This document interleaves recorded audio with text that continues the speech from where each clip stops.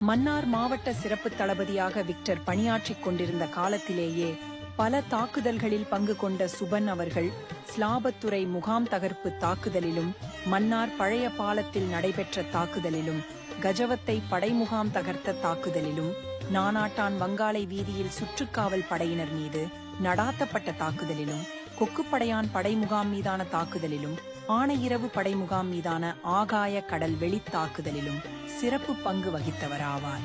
இறுதியாக 25 செப்டம்பர் 92 அன்று பூநகரியில் பள்ளிக்குடா படைமுகாம் மீதான தாக்குதலில் 2 ஸ்ரீலங்கா இராணுவ மினிமுகாங்கள் 62 காவலரண்களை தகர்த்தெறிந்த வீரப்போரில் சுபனும் மேலும் 5 போராளிகளும் வீரச்சாவை தழுவிக்கொண்டனர்.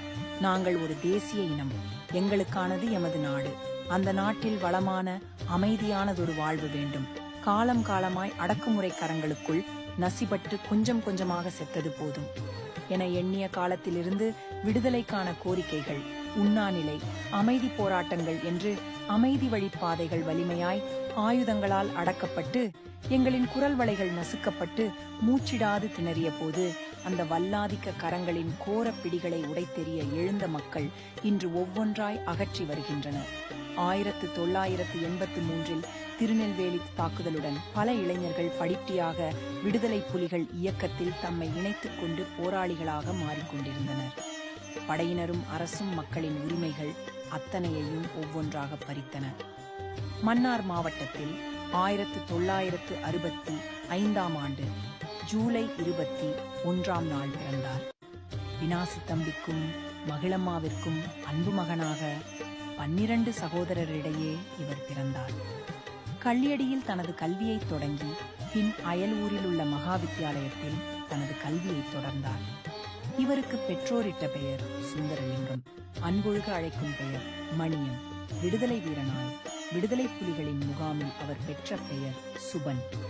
1984 ஆண்டு விடுதலை போராட்டத்தில் ஆயுத போராளியாக தன்னை இணைத்துக் கொண்ட சுபன் இந்தியாவில் தனது ஆயுத பயிற்சியையும் பின்னர் சிறப்பு கொமாண்டோ பயிற்சியையும் முடித்து தலைவர் பிரபாகரனின் மெய்ப்பாதுகாவலனாக கடமையாற்றினார்.